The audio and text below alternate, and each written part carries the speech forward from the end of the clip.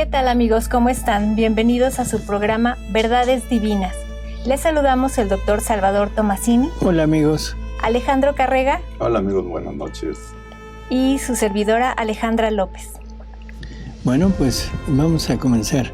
El día de hoy vamos a comenzar con algunos comentarios que ha habido y que definitivamente creemos que es necesario aclarar porque son comentarios que pueden, no que pueden, sino que confunden. Y eso necesitamos que quede muy, muy claro. Así que vamos a ver que empezamos. En un programa de Verdades Divinas, en el que se comentó acerca del perdón de los pecados, nos dice Araceli que el sacerdote, según su Biblia, no puede perdonar los pecados. Bueno, aquí estamos poniendo eso de según su Biblia, porque en realidad puede ser un problema de traducción o un problema de entendimiento de la persona, de Araceli. Vamos a leer primero lo que dice este pasaje. Es una Biblia de Torres Amat de 1959 y vamos a escuchar qué dice. En la Epístola a los Hebreos, capítulo 10, versículo 11, dice: y así, en lugar de que todo sacerdote de la antigua ley se presenta cada día, por mañana y tarde, a ejercer su ministerio y a ofrecer muchas veces las mismas víctimas, las cuales no pueden jamás quitar los pecados. ¿Se entendió? Vamos a repasar la última frase. Las cuales no pueden jamás. Pero La penúltima. Y a ejercer su ministerio. Uh-huh. Y a ofrecer muchas veces las mismas víctimas. Las mismas víctimas. A ver, ¿qué hacía el sacerdote, en el templo? Ofrecía víctimas, ofrecía animales. O sea, podrían ser, ¿qué? Palomas, pichones, ¿no? Bueno, las palomas eran las más baratas, ¿no? Eran corderos y eran novillos. O sea, ahora, esas víctimas eran como un símbolo de lo que iba a venir después. ¿Fue puesto por Dios? Sí. O sea, definitivamente no lo hacían por voluntad propia, sino fue puesto por Dios. Dios pedía esto. Pero el punto es, las víctimas no podían perdonar los pecados. Entonces, nada más leemos esa parte. Dice, a ejercer su ministerio y a ofrecer muchas veces las mismas víctimas, las cuales no pueden jamás quitar los pecados. Las cuales. Ahora, entonces, esto queda perfectamente entendido. Así que lo que entendió esta persona, o sea, fue totalmente tergiversado o está usando Biblias protestantes, que lo más probable es que vaya por ahí. La otra cosa es lo siguiente. El sacerdote de aquel tiempo no estaba consagrado. El sacerdote de aquel tiempo era simplemente también un símbolo, pero no era un sacerdote como los actuales. El sacerdote actual recibe de Jesús el poder, la gracia, o sea, lo ordena, lo consagra para llevar a cabo todo lo que Jesús quiere que haga el sacerdote, que es la misma función que hacía él en la tierra. Estos sacerdotes eran totalmente ajenos, o sea, tenían la función de representar a Dios, la función de dirigir a un pueblo, o sea, de poner ciertas reglas, de tener un orden que no lo llevaban, pero esa era su función. No era una función de consagrar, no era una función de tener, no sé cómo decirlo, la gracia. Todos ellos estaban muertos a la gracia. Por eso es que no podían entrar al cielo, no podía haber esa entrada después de la muerte. Y los buenos se tenían que ir forzosamente al seno de Abraham. Así que estos sacerdotes no podían tener ese encargo. Simplemente era una representación, igual que lo de Juan Bautista. El bautismo de Juan Bautista no era un bautismo sacramental. Era un bautismo en donde la gente se reconocía pecador, pero nada más, no tenía ¿cómo diríamos? Los efectos del bautismo sacramental. Entonces creo que queda muy claro. Fue una total equivocación de Araceli el decir eso. Y también dice que la confesión debe ser directamente con Dios. Aquí es en donde nos apoyamos un poquito en lo que dije de la Biblia protestante. O sea, tenemos la plena seguridad de que toman pequeños versículos donde dice algo, pero sin tomar lo anterior y lo posterior. Entonces vamos a leer un poquito antes de lo que ella dice, porque ella se basa ¿en qué? En Juan 20. En Juan 20, ¿sí? En el Evangelio de San Juan, en el capítulo 20, y el versículo era el 23, creo, ¿no? El 23. Vamos a poner atención. ¿Qué dice? Entonces en Juan capítulo 20, versículo 20. Vamos a tomar 2 o 3 versículos antes para enmarcarlo, no tomar la pura frase que ella pone.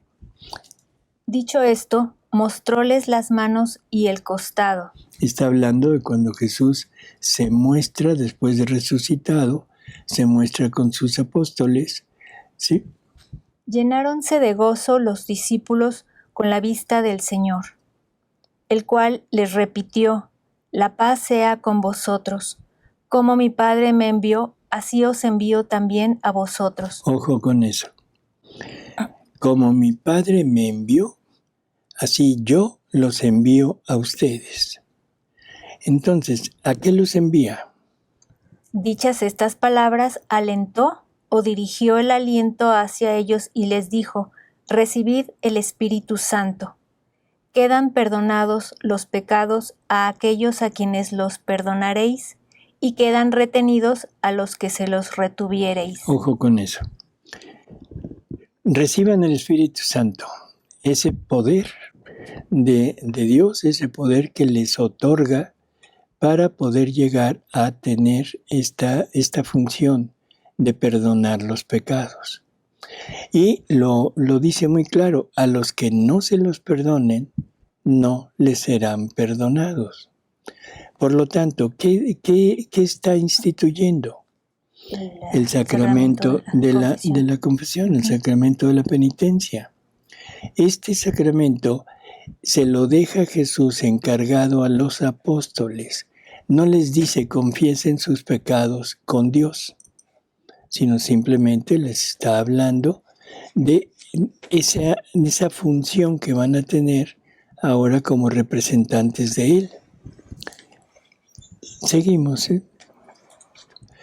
Así que volvemos a lo mismo. La decisión de poner este comentario es por las desviaciones que presenta, y sobre todo porque puede poner en confusión a las personas que no tienen mucha educación religiosa. Y suena lógico decir que nos vamos a confesar con el mismo Dios, pero aparte de lógico, suena muy cómodo. Ese es el punto, suena comodísimo, porque me evito la vergüenza, me evito todo. O sea, como Dios conoce mi vida, entonces lo único que tengo que hacer es decirle: Señor, ya conoces mi pecado, me arrepiento y listo. No, eso es total y absolutamente falso. Hay un sacramento que es el sacramento de la penitencia, instituido por Jesús, y que para realmente queden perdonados nuestros pecados debe ser de esta manera: recurrir a los sucesores de los apóstoles. Continuamos con las preguntas. Así es. Siguiente pregunta dice, ¿qué es una vida divina completa? Se refiere a todo lo que el Señor ha hecho: salvación, encarnación, niñez, vida adulta y su obra en la cruz. En esto, lo que gana cada alma cuando hace actos y los que hacen vida en la divina voluntad. Es esto lo que gana cada alma cuando hace actos y los que hacen vida en la divina voluntad. Por eso una vida completa es, como lo dice, tener todo lo que esa vida contiene. ¿Qué contiene la vida de Jesús? Bueno, su naturaleza, sus virtudes divinas, sus atributos compartidos por el Verbo Eterno en su propia naturaleza, toda su vida, o sea, desde el momento de la encarnación, todo el embarazo, su nacimiento, su infancia, adolescencia, todo lo que Él hizo, incluyendo la pasión final y su muerte y resurrección. Entonces, eso es la vida completa, pero le faltan las obras. Por lo tanto, también debemos tener, para tener esa vida completa, debemos tener las obras de Él como nuestras. ¿Qué obras tiene Jesús? Creación. Desde el punto de vista de Verbo Eterno, creación. Desde el punto de vista de humano, creación. Recordemos que San Pablo, refiriéndose a Él, a Jesús, nos dice que todo fue creado por Él, para Él y en Él. Entonces, la obra de la creación fue el Verbo Eterno, pero desde su humanidad, que es Jesús. Y la redención, o sea que es prácticamente lo que se conoce de Él, pero también esta tercera gran obra, que es la santificación, que en realidad es el Espíritu Santo el que la lleva a cabo, pero el punto culminante de esa santificación es la unificación de la vida de Jesús en la vida de la criatura. Por lo tanto, esas tres obras son atribuidas, por decirlo así, a Jesús. Aunque, no sé, ya me trabé, o sea, tenemos al Padre como creador, al Hijo como redentor y al Espíritu Santo como santificador. Pero las tres giran alrededor de Jesús. O sea, el Padre es el que da el poder, el que da la idea, el que da todo para la creación. Pero el que la lleva a cabo es el Verbo Eterno desde su humanidad.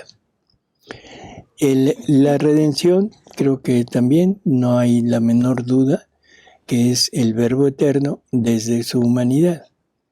Y la santificación, volvemos a lo mismo.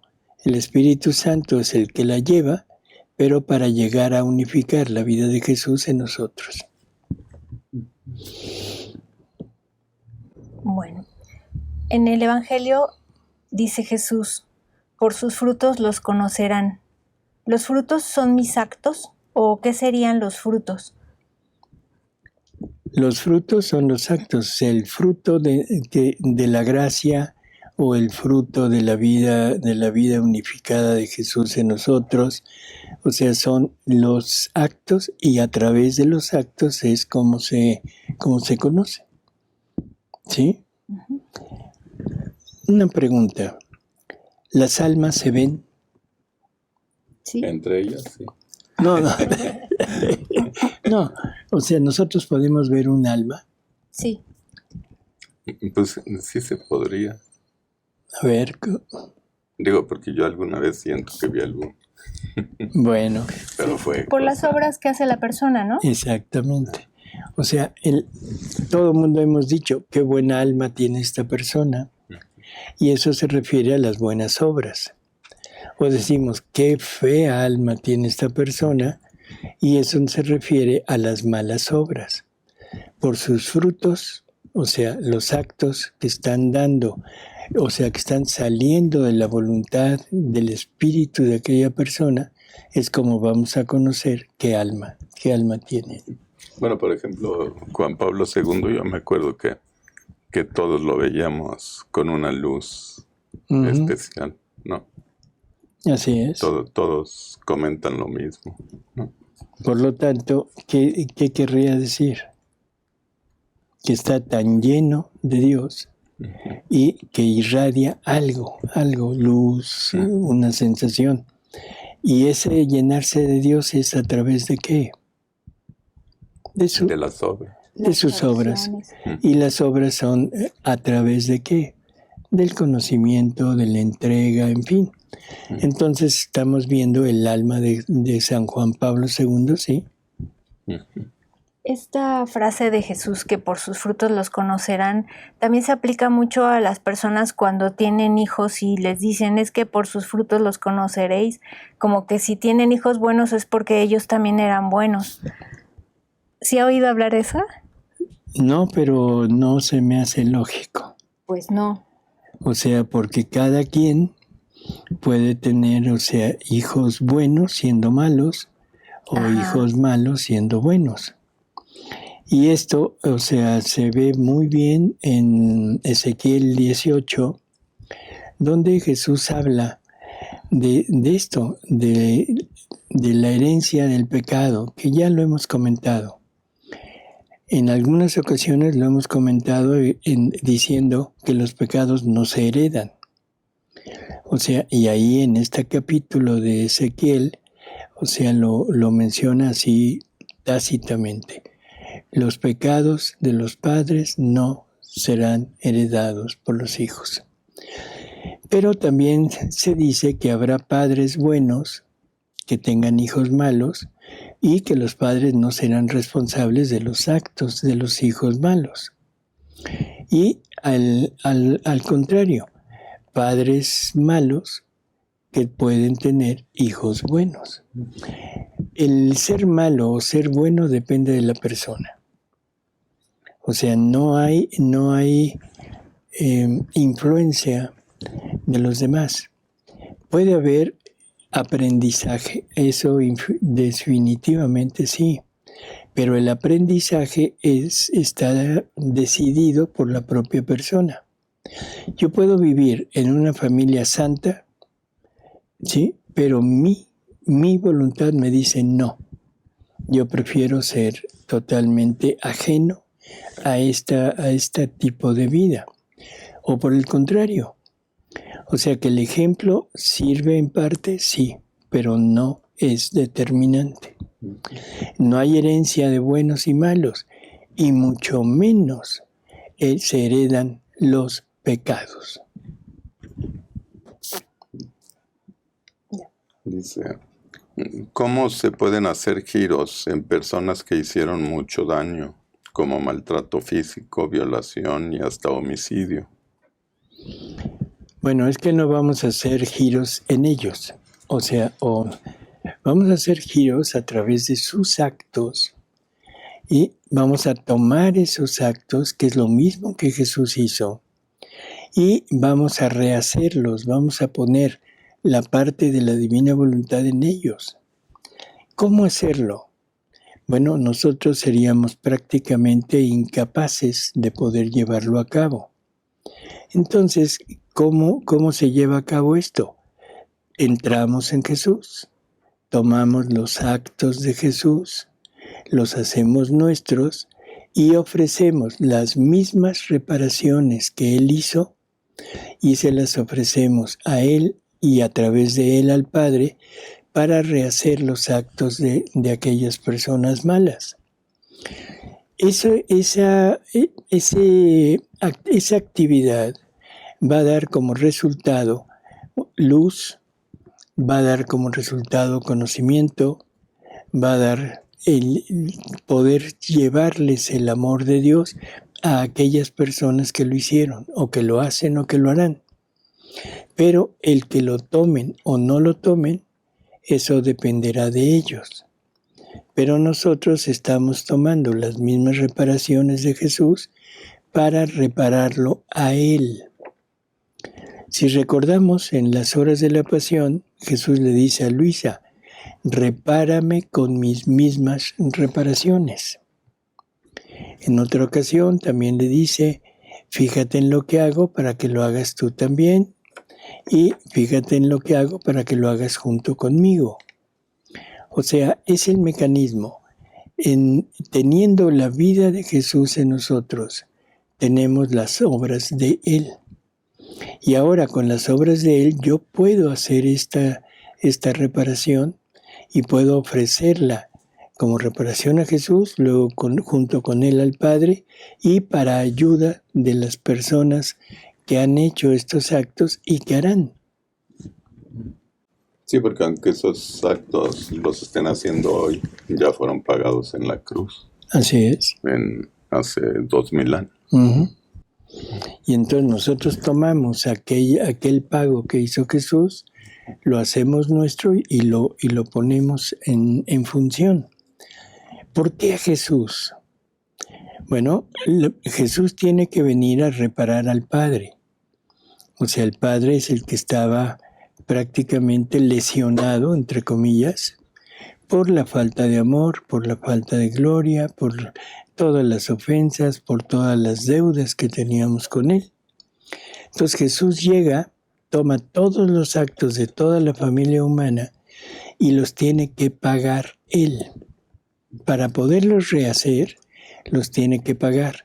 O sea, tiene que sufrir lo que cada acto merece. Una espina, un flagelo, un golpe, un insulto, un clavo, en fin. Entonces, él entrega todos esos actos al Padre. El Padre queda resarcido de todo lo que la familia humana le debe. Pero ahora el que queda lesionado otra vez. Por lo tanto, ahora nosotros, nuestra función es tomar todo esto que hizo Jesús, que son los actos de todos, y repararlo, pero con sus mismas reparaciones, para consolarlo a Él. Por eso dije, con Jesús y luego con Él al Padre. Pero nuestro punto de partida es Jesús. Y luego ahí quedamos lesionados nosotros, entre comillas, y ya el Padre saca el segundo movimiento, digamos, ¿no? Las gracias por haber sido reparado. Bueno, o sea, que nunca se quede estático. Nunca se deja ganar, como dice. ¿Cómo puede el demonio manejar elementos físicos como el granizo u otras cosas, aunque sea momentáneamente, sin ninguna cosa creada se ha salido de la divina voluntad? Bueno, si lo puede hacer, o sea, es por, ¿cómo diríamos?, los atributos que Dios le dio al crearlo. La respuesta exacta, pues habría que preguntárselo a Él, igual que a veces hemos dicho que hay que preguntarle a Jesús ciertas cosas. Yo definitivamente no me atrevo a preguntárselo directo, pero quizá Alejandro sí. Sí. Pero preguntar que me distrae. Preguntarle al demonio cómo le hace para manejar las cosas. Para manejar el granizo y todo eso. Uh-huh. Pues él quisiera manejar todo, pero es nada más lo que Jesús le permite porque es lo que conviene. Uh-huh. Y el hombre, ¿no? Porque se deja. Pero ahí las cosas físicas no tendría el hombre realmente mucho que ver, ¿no? En fin, no sabría decirlo. Dice, al comulgar creo que recibo la Santísima Trinidad. ¿Es correcto? Sí. ¿Ya? Ok. Doctor, cuando veo mal mi salud, me asusta. Y luego le digo a Jesús, ¿te duele mucho? ¿Te acompaño en todo el dolor que sufres? ¿Está bien? Pues sí, o sea, de alguna manera está poniendo a Jesús en primer lugar, ¿no? No es consolarse ella, aliviarse ella, sino de algún modo está queriendo consolar y aliviar a Jesús. ¿Está bien? Dice, ¿es necesario dejar la medicación psiquiátrica por esquizofrenia para vivir en la divina voluntad? Llevo medicada casi 15 años. No, definitivamente no. Todavía no se conoce a ciencia cierta la causa de la esquizofrenia. O sea, se piensa que hay un daño, un trastorno cerebral orgánico, un trastorno en la dopamina, en la ergotamina, o sea, sustancias que son producidas o que tienen función en el cerebro. Y entonces cuando éstas se alteran, o sea, se supone que tiene algo que ver con el inicio de esta enfermedad. También se dice que debe de haber alguna parte de tipo emocional, de tipo psicológico, pero en definitivo, como es algo orgánico, no tiene sentido el dejar el medicamento. Cosa contraria cuando la única causa de la enfermedad es problema emocional, problema psicológico. Bueno, ahí sí, porque todos los problemas psicológicos, todos, son causados por la ausencia de Dios en la criatura. Esto parece así como muy, ¿cómo diríamos? Como muy ortodoxo, muy firmes en algo, muy que radicales, pero en definitiva, o sea, vamos a pensar un poco que todos los trastornos que puede haber de tipo emocional, o sea, no es más que un defecto de la voluntad. Tan es así que el tratamiento, o sea, las terapias psicológicas, se dirigen exactamente a cambiar tanto la percepción externa como la reacción de la persona y se curan. Así que en definitiva es eso. ¿Qué ocasiona estar basados en nuestra voluntad?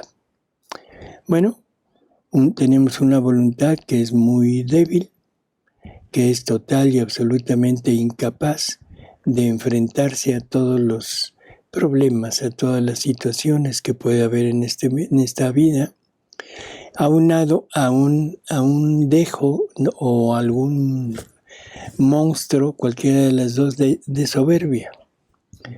Así que simplemente digamos, miedos, trastornos, depresiones, ansiedades, todo ese tipo de cosas es, primero, el temor, y segundo, la incapacidad, y tercero, la frustración por no poderlo vencer.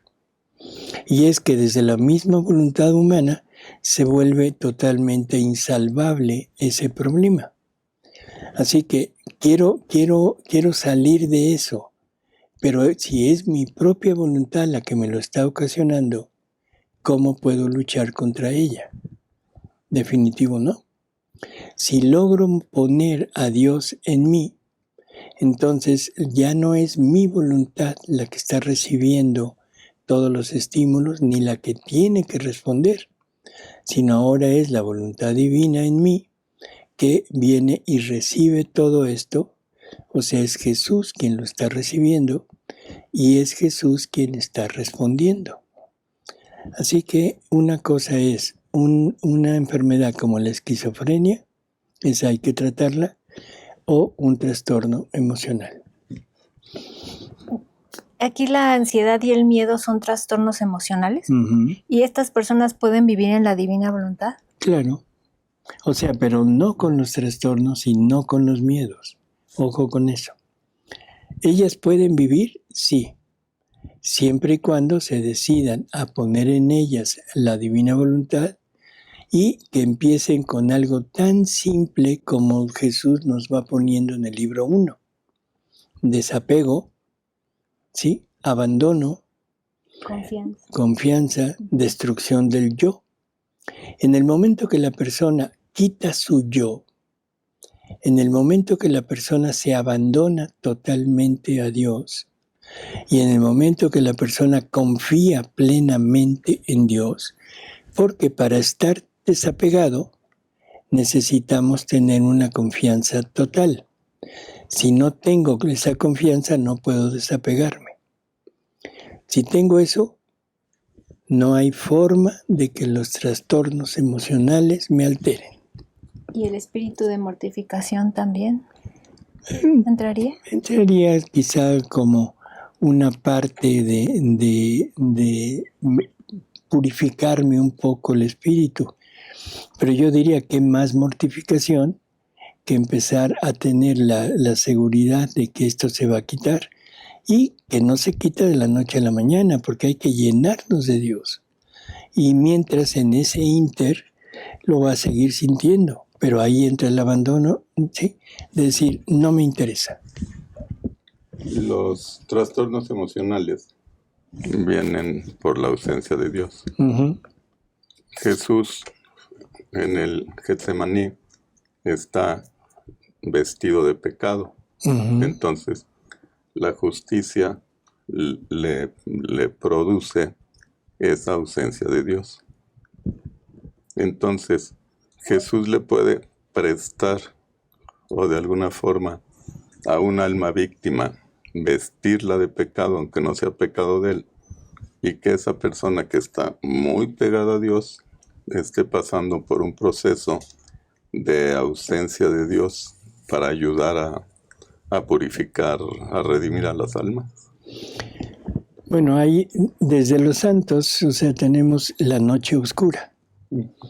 ¿Qué es la noche oscura? O sea, es de repente la sensación de que estamos alejados o de que Dios se ha alejado de nosotros. Para un alma que lo ha conocido, para un alma que ha confiado en Él, eso es tremendo. Para nosotros que no somos tan santos, o sea, bueno, en alguna época hemos tenido ese acercamiento con Él, en que continuamente estábamos pensando, estábamos ofreciendo, estábamos aprendiendo de Él.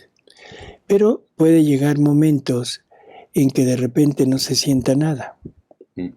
Por ejemplo, tú puedes ir a comulgar y puedes ir lleno de ese amor hacia Jesús, sentirlo realmente, pero puede llegar un momento en que no sientas nada, vas y comulgas y como si nada. Eso es una sustracción que hace Jesús de uno. Y ahí sufres por eso, pero, o sea, al mismo tiempo ese sufrimiento es por la ausencia de Él. Y es un sufrimiento divino, que es lo mismo que Jesús tuvo en el huerto. La separación de la divinidad de Él, y eso es lo que lo hacía sufrir.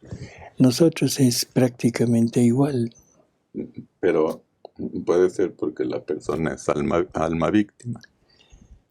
Digo, porque tengo una compañera que dice que ha estado pegada a Dios siempre, y pero sí le han dado un ataque de ansiedad, de depresión, de todo eso, y le dije, bueno, pues existe esa posibilidad, que a lo mejor la están invitando a redimir.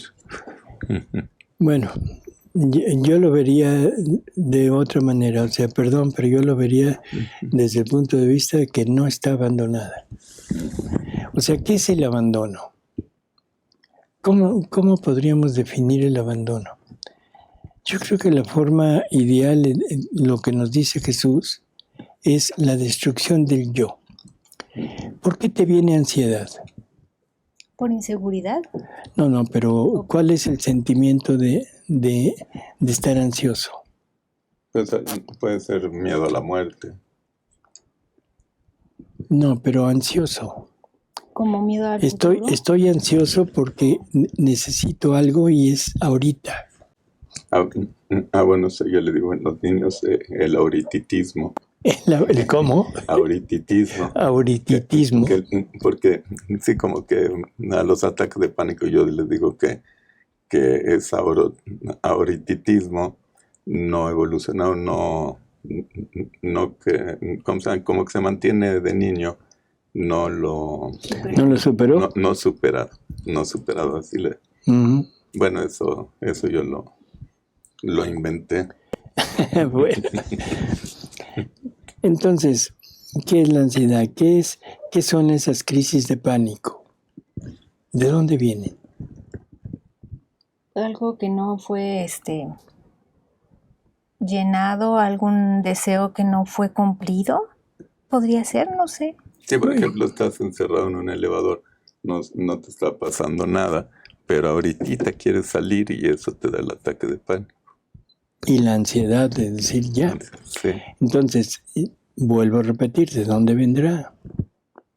De la percepción que tu voluntad tiene del entorno y empiezas a imaginar cosas que no son. Por ejemplo, ¿qué pasa con esas personas que tienen ese sentimiento de persecución? Bueno, sí. ¿Mm? Sí, no. Piensas que todo el mundo está en contra de ti. Ujú. Piensas que todo el mundo te está siguiendo para causarte un mal, un daño. ¿Qué hay en el fondo de eso? Que soy yo. Inseguridad y soberbia. Ujú. Entonces, es algo a lo que no me puedo enfrentar. Por lo tanto, me genera toda esa serie de emociones, de situaciones. ¿Cómo lo trato? ¿Con calmantes? Pésimo, porque no, simplemente estoy aturdiendo un poco la causa. Es como si tengo un tumor en la cabeza y para curarlo me tomo una aspirina para quitar el dolor. ¿Lo estoy tratando? No. Entonces, ¿cuál sería el tratamiento de ese tumor? Pues que me abran la cabeza y me saquen el tumor. ¿Sí? ¿Duele? Sí. ¿Tiene problemas de sacrificio y todo? Sí.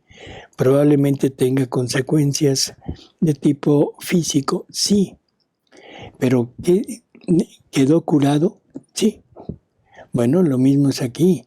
Tienes un tumor en tu alma o en tu voluntad. ¿Quieres quitártela con una terapia psicológica? Bueno, cada quien toma la aspirina como quiere. Pero lo que requiere es una cirugía del alma. Abrir el alma, abrir la voluntad y sacar toda la bola de porquerías que tenemos, de las miserias, todo lo que tenemos ahí y decirle a Dios, Señor, aquí estoy, dame tu voluntad. Entonces la divina voluntad llega, pone todo lo suyo y cierra la herida. De ahí en adelante, ¿qué va a pasar? Se acabaron tus molestias, todos los trastornos, pero duele porque ahí no hay anestesia espiritual. ¿Sí? La voluntad no hay forma de llegar y decirle, a ver, toma un poquito de eso. Aunque Jesús nos dice que Él es opio para el alma. Así que, bueno, ¿en qué nos quedamos? Nuestra voluntad es nuestro peor enemigo, o puede ser nuestro mejor amigo, pero nuestra voluntad en todos estos casos es enemigo. ¿Qué necesitamos hacer? Abrirla, sacar todo lo que está ahí adentro que no le sirve para nada, más que para tener ese tipo de problemas y llenarnos de Dios. Se acabó el problema. Ese abrir y sacar lo nuestro es lo que causa el sufrimiento, ¿verdad? Que es lo querido por Dios. Así es. Y ese es el abandono, ese es el desapego, ese es ese sufrimiento continuo, es ese martirio continuo, el martirio de atención continua, es exactamente eso. Tener el alma siempre abierta para sacar todo y no permitir que entre más que lo divino. ¿Ya?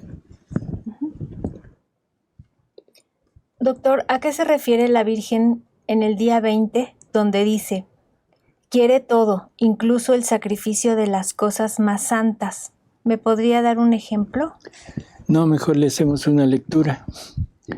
O sea, las cosas más santas, ¿cuáles son las cosas más santas? Todo lo que nosotros tenemos como muy preciado de prácticas religiosas, de acercamiento a la divinidad, en fin, todo eso debemos de también renunciarlo, sacrificarlo.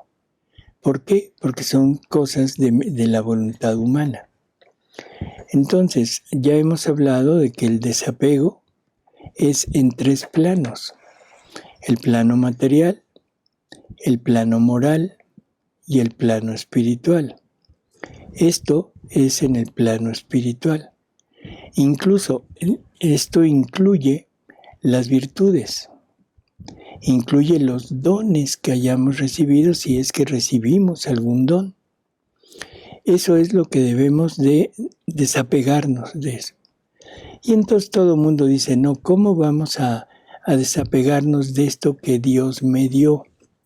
¿O cómo me voy a desapegar de esta virtud que sé que es lo que me une a Dios y que me costó tanto trabajo elaborarla? Bueno, yo creo que si lo ponemos desde el punto de vista de lo que me va a costar, sí es dificilísimo. Pero mejor vamos a pensar en lo que voy a ganar. Voy a perder un don, pero voy a tener al donador. Voy a perder una virtud humana y voy a tener una virtud divina. ¿Qué prefiero? Creo que la respuesta es muy sencilla, ¿no? A ver, leemos eso, por favor. Dice, ¿Qué volumen es?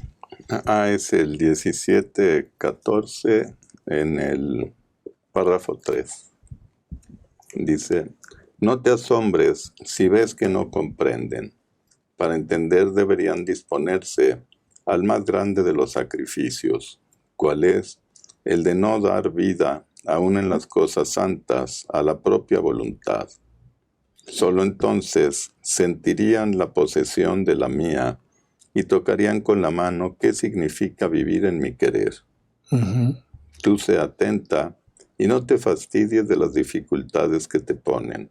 Y yo, poco a poco, me haré camino para hacer comprender el vivir en mi voluntad. Bueno, creo que también quedó claro, ¿no? ¿Qué se necesita para entender? Pues disponerse a entender, ¿no? Ir dispuesto a encontrar la verdad, no dispuesto a encontrar el error. No sé si me explico. Casi todo mundo cuando habla de algo, de alguna revelación, de algo que se nos presenta nuevo, entre comillas nuevo, vamos a ver qué dice. Y empezamos a leer, pero lo empezamos a leer anclados en lo nuestro. Bueno, lo nuestro nos debe servir como un parámetro para ver si esto se congenia con lo anterior o no. Pero si yo voy con la firme convicción de encontrar dudas, de encontrar errores, ya no entendí nada. Entonces, ¿qué necesitamos? Ir abiertos totalmente, buscando la verdad, y eso es lo que nos llevará a encontrar la verdad plena. Y no se piense que somos como los protestantes que estamos hablando, porque según ellos ya encontraron la verdad plena, ¿sí? En sus desviaciones. No, vamos a entrar en esa búsqueda, pero siempre teniendo como base la parte de donde nació, que es la revelación pública. Pero la revelación pública que Jesús hizo, no la que el hombre modifica. O sea, creo que eso debe quedar muy claro. Todo lo que el hombre dice, o sea, por favor, vamos a desconfiar de lo que el hombre dice. A mí que me lo compruebe con lo que Jesús dice. Y esas revelaciones nuevas, como cualquiera que haya, o el libro del cielo, que es nueva por haber aparecido y es lo más antiguo que existe. O sea, vamos a confrontarlo con nuestra religión. ¿Está desviado? No lo acepto. está prácticamente dentro, acorde con lo que Jesús nos dejó, lo acepto. Entonces voy a entender lo que está diciendo. De modo contrario, como esta persona que comentamos al principio, no hemos entendido nada. Y lo único que hacemos es desviarnos. Y por eso, cuidado con ese tipo de confusión. ¿Cómo le voy a creer a un pastor y no le voy a creer a Jesús? Digo, necesitaría estar total y absolutamente, no sé, loco. Bueno, terminamos por hoy, doctor. Terminamos. Adiós. Bueno, amigos, pues hasta aquí, perdón si en algún momento como que hubo algún comentario que pueda ser incómodo para alguna persona, pero créanme que va con la mejor intención del mundo de que entiendan y de que abran los ojos. No les estoy diciendo que crean en lo que estamos diciendo. Lo que les estoy diciendo es: dejen de creerle a quien se los dice y tomen el Evangelio, tomen la revelación pública, pero la verdadera, y lean completo. No lean un versículo y de ahí saquen conclusiones. Lean un poco antes y un poco después para englobarlo, en tener el contexto de lo que está diciendo. Creo que quedó muy claro lo que leímos al principio, ¿no? O sea, una persona se refiere a un parrafito mal entendido, pero no se puso a leer un poco antes ni un poco después. No se dejen confundir, amigos. Y de veras, es con toda intención de que reflexionen un poco y de que sean más críticos con lo que escuchan y más críticos con las personas con las que se juntan. Hasta luego, amigos. Gracias, doctor. Gracias, Ale. No, gracias a ustedes, gracias a Alejandra, a Alejandro. Gracias. Y a Paris. Gracias, Paris. Sí, y a ustedes, amigos, por haber estado con nosotros. Gracias a ustedes, amigos. Buenas noches, que descansen. Y amigos, les recordamos que va a haber un retiro en Atlanta, Estados Unidos, el próximo 19, 20 y 21 de julio de este año 2024. En los comentarios del programa está el link para que ahí accesen y puedan tener la información necesaria para este retiro. Y les saludamos a quienes nos escribieron. Espérame un momento, porque también queremos, recordarles estos programas que estamos transmitiendo en los martes, ¿sí?, a las 2 de la tarde, hora de México, sobre la oración en la Divina Voluntad. Se van a transmitir en directo desde 3 canales: Tercer Fiat, Mundo Católico y el Cenáculo de Reparación Perpetua. ¿Sí? Así que los esperamos. Ya ayer pasó el primero, pero bueno, van a quedar en YouTube y todos los martes. A la misma hora. A la misma hora, y no sabemos cuántos serán. Pueden ser 3, 4 programas más o menos. Muy bien, les saludamos a nuestros amigos de Colombia, Durango, Argentina, Perú, España, Veracruz, Arizona, Alemania, Querétaro, Michigan, Costa Rica, Toluca, Ciudad de México, Uruguay, Canadá, Monterrey, California, Cuernavaca, Texas, Panamá, Ecuador, Chihuahua y Tepoztlán. Gracias, amigos. Hasta la próxima. Hasta luego.